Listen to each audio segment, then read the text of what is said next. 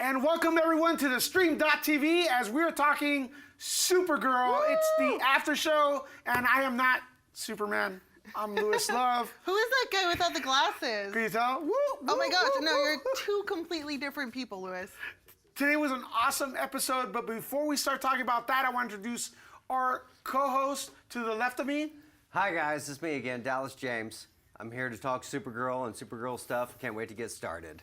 To the right of me. Hey everyone, it's Sabina at Sabina Has No Art on Twitter. I'm really excited to start talking about this episode because it's my favorite episode of the season so Really? far. Kinda, yeah. Oh man, that's awesome because you know what? It had so many oh my god moments. Yes. We finally know who Mon-El really is, okay? I've been waiting. I couldn't sleep for weeks. Who is this Mon-El character? What's the secret he has? We're gonna talk about it. We also had Laura gets double crossed. Double crosses Lyra double crosses Lyra. Winn. yeah. Oh. That broke my heart, you guys. I was devastated. Such a with moment. the good that came with this episode came the bad. Well, kind of. I mean, And my favorite moment is the return of Jimmy Olsen as the Guardian because he kicks he had such an absence. some butt. And you're gonna be on the social media, right? Yes. So if you want to talk to Everyone Sabina, say hello to me. Sabina will be answering your questions on YouTube, Twitter, Facebook, Instagram, and MySpace if it's still around. Yes. Just hashtag Supergirl AS. Yes. That's Supergirl AS, and she'll go right to your join questions. us. This is a party. Andrew Cantabene is here, which is awesome. He's our buddy. He's been on for the past few episodes. I'm excited. So you were talking about Lyra, how she double crosses Winn. What do you think of that, Dallas? Oh, I was so I was like perplexed. Initially, she's got Winn. She kind of whisks him off to a museum in the middle of the night, and he's uncertain. Why am I here? Why are we going to here at late at night? Well, they were there for the Supergirl After hours, hours, not yes. the after show. They were going for the after hours. Yeah. Sabina, Ever since you had that mix-up, honestly, it's just started to happen. Like, you just said that by accident, and then literally right after that, people started getting down. And it's like, That's what Louis, Mesoplex does you to you. you imprinted that on the show. What do you think of her doing the double cross? I was really devastated. I was like into them breaking into the museum and like having sex in the museum. That's really awesome. Good for them. But then it turned out to be that like long con where Lyra was just messing with our boy Winn and stole art. And that was not cool. Oh, right, right. Next thing you know, Maggie's calling Winn in to PD. She's got him in an interrogation room, and she's like, "We've got you on camera. This great, giant, well-known piece of art has been stolen." And Winn's like, "I don't know anything about it." She's like, "We got video footage. We're gonna show you." And it's just him on camera. Lyra's nowhere to be found. Well, yeah, and it's him on camera, and he's dancing with himself. He's like making out with himself. Yeah. It's not a pretty sight, guys. No. And meanwhile, and like in the real world right now, he's like stress eating some donuts, and I felt awful for him. He was just like scarfing those down, like not knowing what was happening. And of course, the reason you can't see Lyra on the video is because her species is something to do with that they don't show up on camera. Because they're like vampires, and they look like the vampires from Buffy the Vampire Slayer. Hey, no, wait, I called it. She looks like did. the one from Lost Boys. Oh, from Lost Boys. You did, Yeah. you They did. all She's- have that weird like. She's related to Kiefer protruding- Sutherland. Yeah. His character on Lost Boys. They can't be seen on photographs or on video, which is how she's able to get away with it. We find out that there are 2 other heists in 2 other cities with paintings, great works of art that have all been stolen, and they figure out it's all her. So then Winn has to get Alex and Jimmy and be like, "Okay, we got to go track her down," which I thought was pretty bold of Winn. Yeah. To want to go track her down. So, do you guys think they patterned her costume on the Lost Boys? Since now they're coming out with the storyline that I don't think we've heard it before, is that she can't be seen with a That is video? very Maybe. vampire-like. Right? Yeah. And you know, she's like that redeemable vampire-esque species lady because, you know, we find out that the whole reason why she's stealing art and conning guys, because Alex brings up that there have been crimes committed, or is it Alex or Maggie brings up that there have been crimes committed because of these guys that say that their girlfriend tricked them into getting this stuff or is like set them up.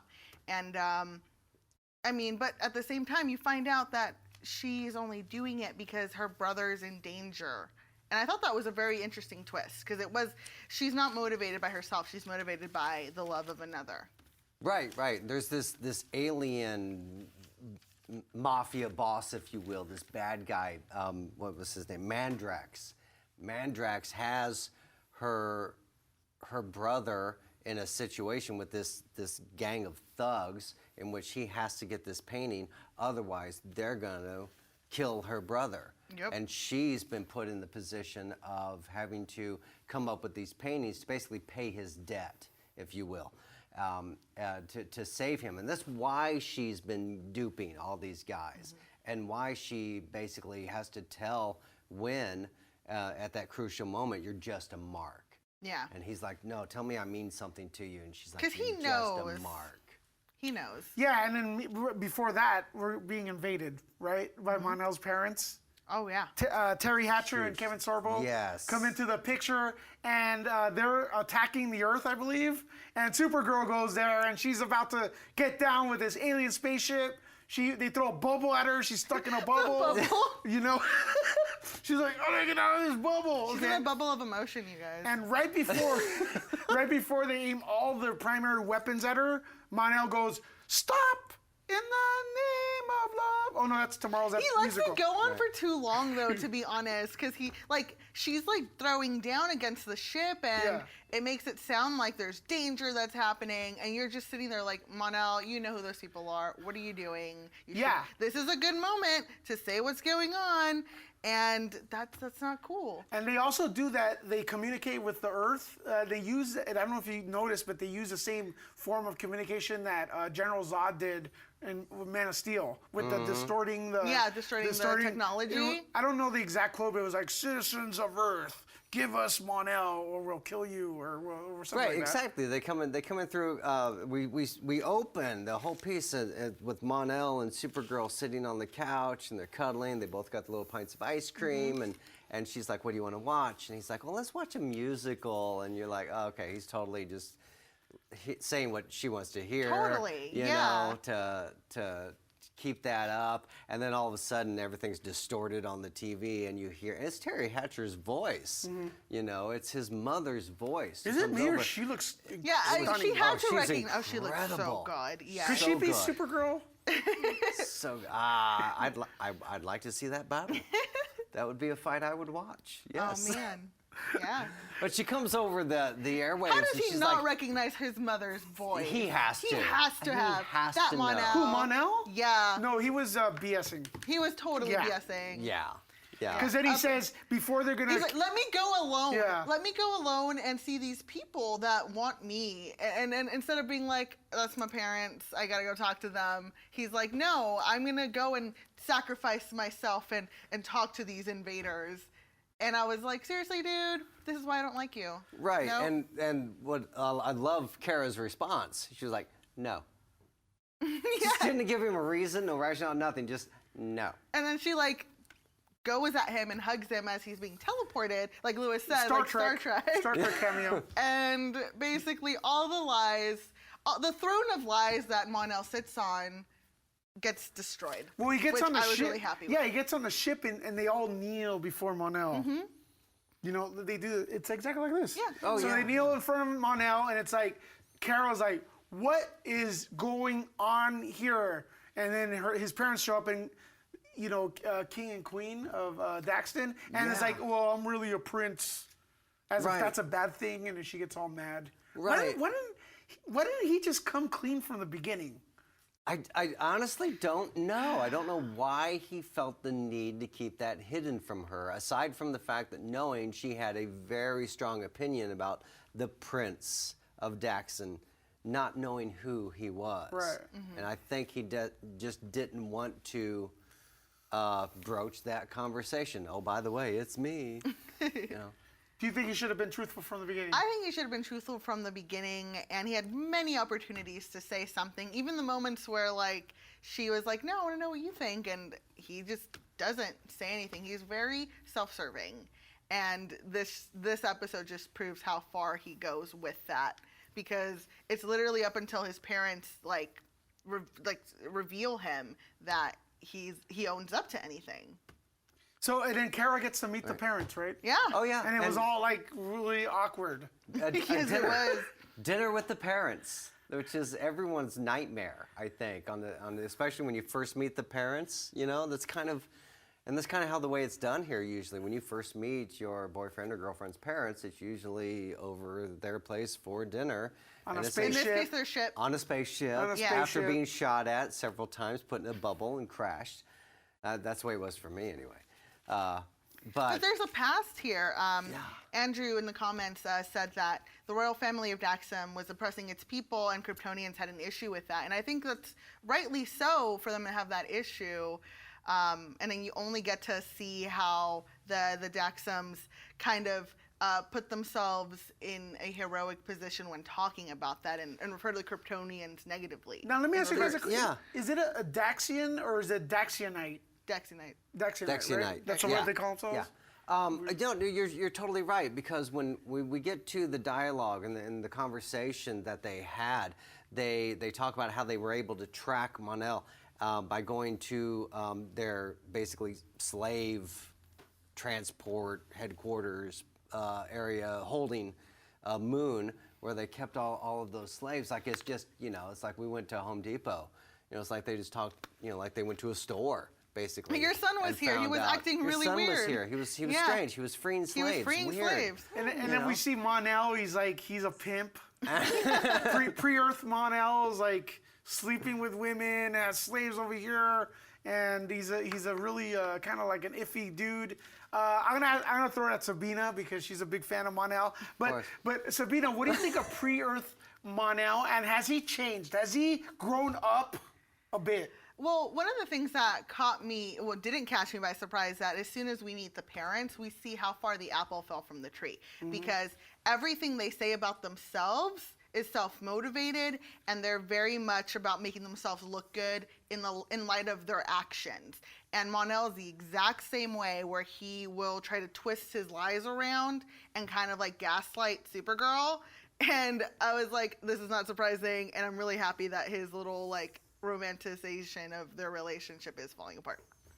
Right. And they revealed in the dinner conversation, they were like, how did you escape from Daxam when it was being bombarded with basically chunks of Krypton? And they called it after kryptonite. It exploded. They did. They called it kryptonite. And so he told his story. He was like, well, I was lying in bed, and my guard came in and got me out. Threw a poor Kryptonian girl emissary who's out there. of his ship. Yeah, and shot him. Shot the Kryptonian emissary to steal his ship, to put him in so that he could escape the devastation there. And his mother, Queen Rhea, her reply to that was, "Oh, you're so brave. We're so proud of you."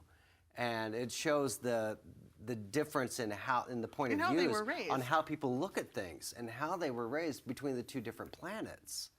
And the Daxams are totally self-serving, and it's all about preservation of the self.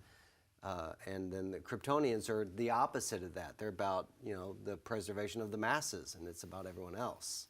Do we know how Krypton was destroyed in this version of the Superman series? Was it the sun, their sun blowing up? Was it Krypton crashing into the sun? Because they directly blame Krypton for the problem. So was it like Man of Steel, where they basically were fracking and they blew up their Earth? But that wouldn't make sense because the bad guys are the Daxamites. The Daxamite, right. I don't know. I don't know if they ever actually say exactly what the cause of Krypton's explosion was, but we do know that the planet exploded because... Andrew on YouTube said that they were tapping the planet's core for energy. Which is the same as Man of Steel. Okay. Yes. Yeah, so Thank you. Thank you, yes. Thank you, guys. Hey, YouTube's blowing up right now. Yeah, it's pretty good. Thanks, guys, for watching on YouTube. We're even live on Facebook or whatever other format. And our friend Raghu added about the Daxamites that they're about the survival of the fittest, and the Kryptonians are survival of the masses. Right, Yes. right. And we totally got that. Yeah, that in- vibe totally in the dinner conversation where the Queen Rhea was like, we want to make Daxam great again. And I was like, oh, they went there. Yeah, they Oh, were totally. man. It was like the planet's been devastated. It's uninhabitable.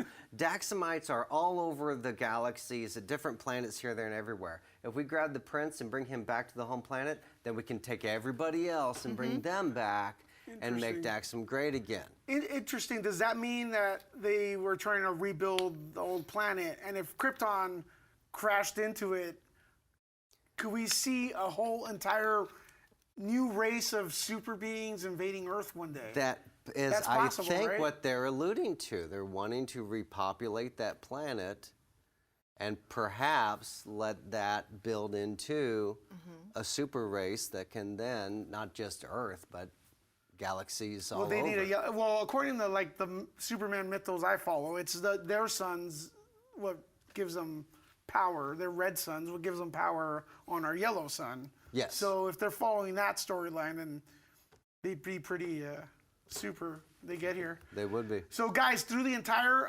episode, we saw hints of what's to come tomorrow night on Yes. The Flash, which is the long-awaited crossover between The Flash and, I was going to say Supergirl? Wonder Woman. Supergirl. Too much DC in my brain.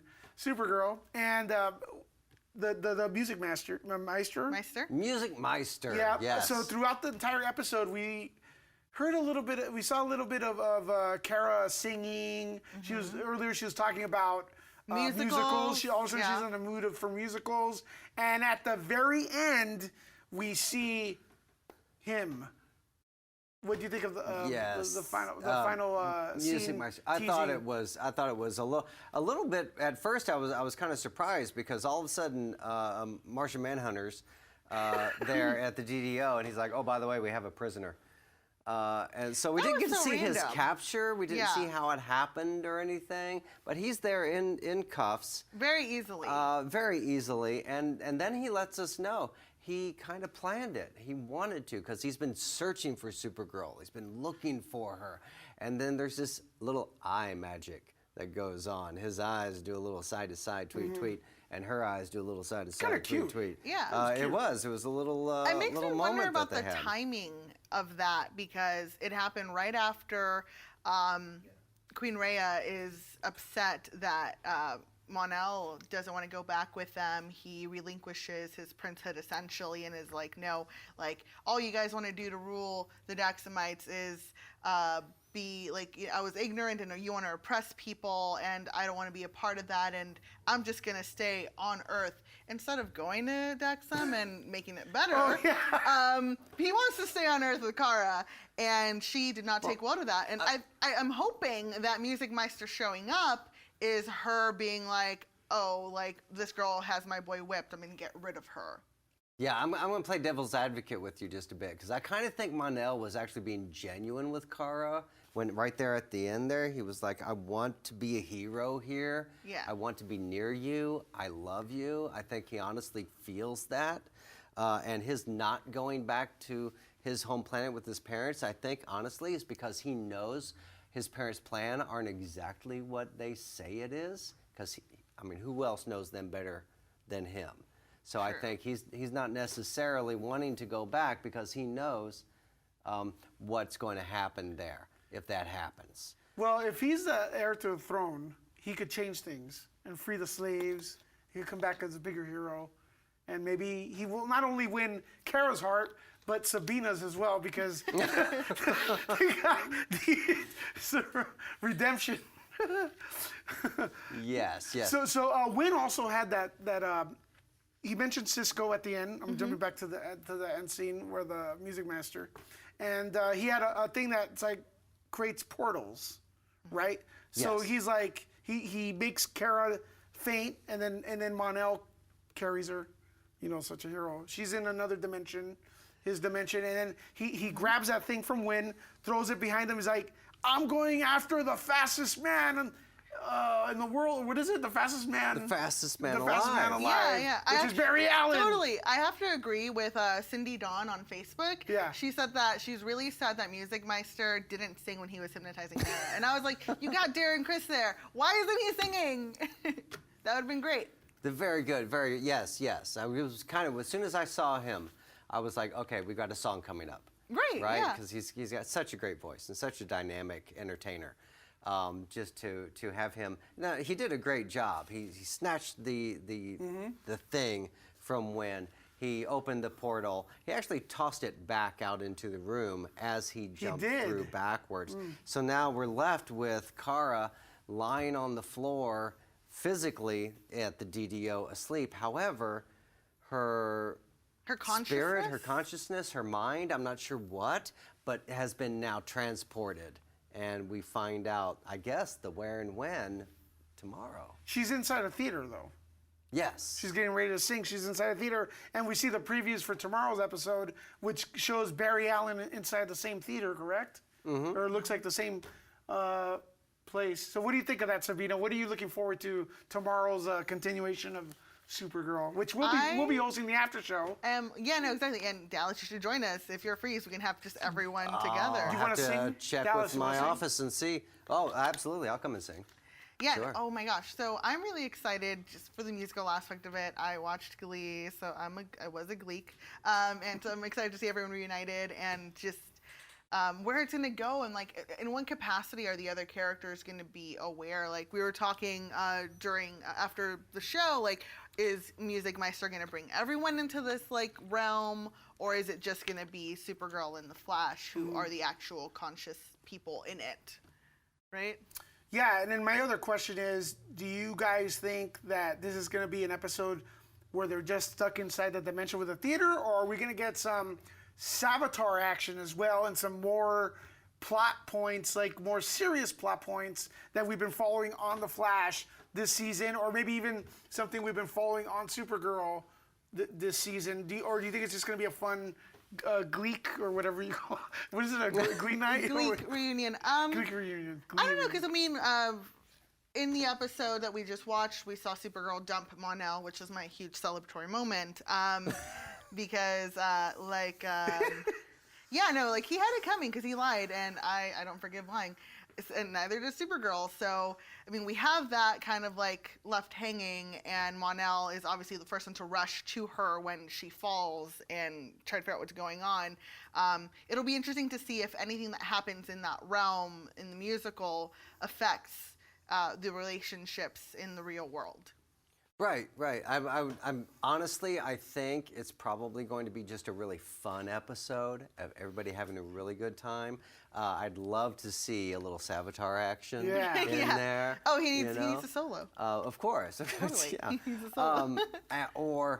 Or some, a few other characters from Supergirl get pulled in, get brought in, because they did leave the transport device there, so they have the ability to come over. So I'd really like to see if that happens. However, I'm really kind of hedging my bets. I think it's just going to be just a really fun episode, a lot of singing and dancing and really super talented artists just kind of showing off what they can do.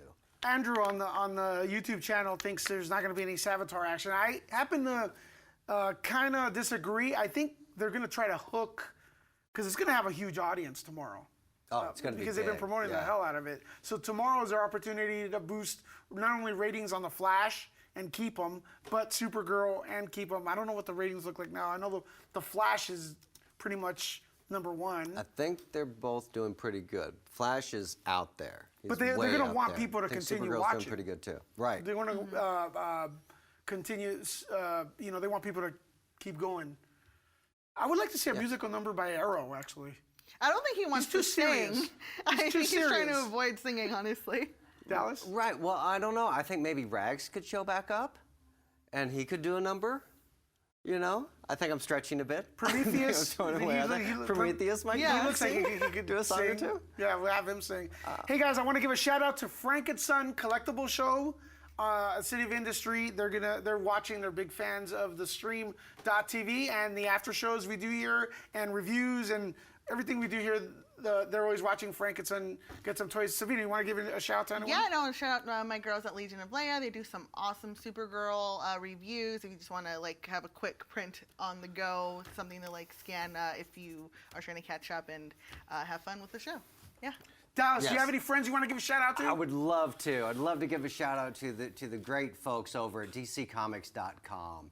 All of the great teasers and the spoilers that you guys have been putting up here lately really, really make me excited, and I think everybody else too. And the great stuff that we've got coming up, and the stuff that's happening right now. So Yeah. good. I almost forgot to give a quick shout out to Jules C. Dantes on the Supergirl discussing the TV show group. She had a really great meme about a caramel fic where Kara essentially just throws Mon-El into the sun to obliterate him, and then it says notes, Kara deserves better, and I agree. So I hope that we stick with that for the next few episodes. Speaking of Mon-El, your favorite, he actually had a chance to use his powers today. We haven't seen him use his powers, right? What are his powers exactly? Besides lying, Sabina, what are his powers? I think that's his superpower. Outside of lying? We saw a badly? little bit. We saw a little bit. He jumped over the today. rail? That's We kind of saw- super. Kind of. He jumped over a rail and fell about 8 feet, and landed on his feet. I which can't is- do that. I'll land on my No, I head. can't either. I mean, exactly. I'm like an upside down cat when I fall. But we got to see a little bit of his powers, and honestly, I think he's gonna be like a hurt puppy, for the next while. I mean, 'Cause he has progress because she did ask him, "Are you going to lie to me again?" And instead of lying and saying, "I will never lie to you again," he said, "I don't know." And I was like, okay, respect on that. Right. Well, she came right out because of the whole deception about his identity. She asks, "Were you ever going to tell me the truth?" And it was like she shined a light in a deer's eyes. He had no idea how to answer that or what to say, because honestly, he didn't know. Was he ever going to tell her? Probably not. Yeah. You know, and that's where she's really hurt. She's really hurt with the idea that he's not upfront and honest with her from the beginning. Do you think we've seen the last of his parents? Totally not. We hear that Carrie Hatcher is going to be the big bad of this season if our friend Andrew is correct, which I've never proven him wrong. So yay! Yeah, I hope not. And I really want to see King Largon. I want to see what he can do. I want to see what his powers turn into with the Yellow Sun, because he's such a formidable actor. Kevin Sorbo, he's such a great guy. I would love to see him battle it out at least a couple of times. He's Hercules. Yes, yes, he He's was. Space Hercules. Now he's Space Hercules. Yeah. King Hercules Space. We also want to say a shout out to Lance Osfresser, who handles all the social media pages. Thank you, Lance. Hey, Lance, and happy birthday to your kids. And tomorrow we have the crossover episode with The Flash and Supergirl. And guys, let's get you guys watching. If you guys get this, share the heck out of this episode, the Supergirl episode, this one you're watching right now. If we get 1,000 shares or a few thousand views for this episode, I will sing tomorrow. Well, we've been trying to I'm get pledging. I'm listening. gonna sing tomorrow. Yeah, just bring but more friends. That so has We need to happen. 5,000 people. views. Yeah.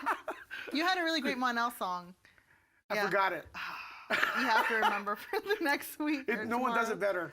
better. Totally. That's right. He was singing backstage actually before the show, which is why he has to do it next week.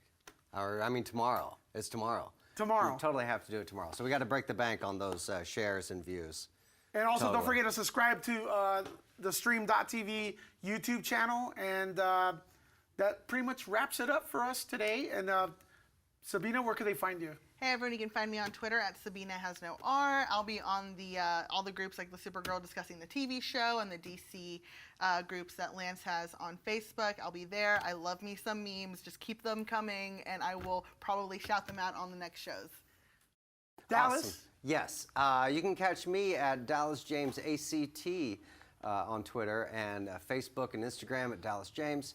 Also on all of the discussion groups as well, clicking like and checking everything out that you guys write, because you guys have some pretty incredible and interesting stuff that you guys put up. I love seeing it. And my name is Louis Love. You can catch me on Twitter, Instagram, or Facebook at Nuke the Fridge. And you can also find me here on the stream.tv for The Flash and Arrow After Show. And who knows, tomorrow maybe I'll sing and dance. I'll do something, but I don't know. So Barry Allen, you better watch out. Louis is coming for you. I'm coming for you, man.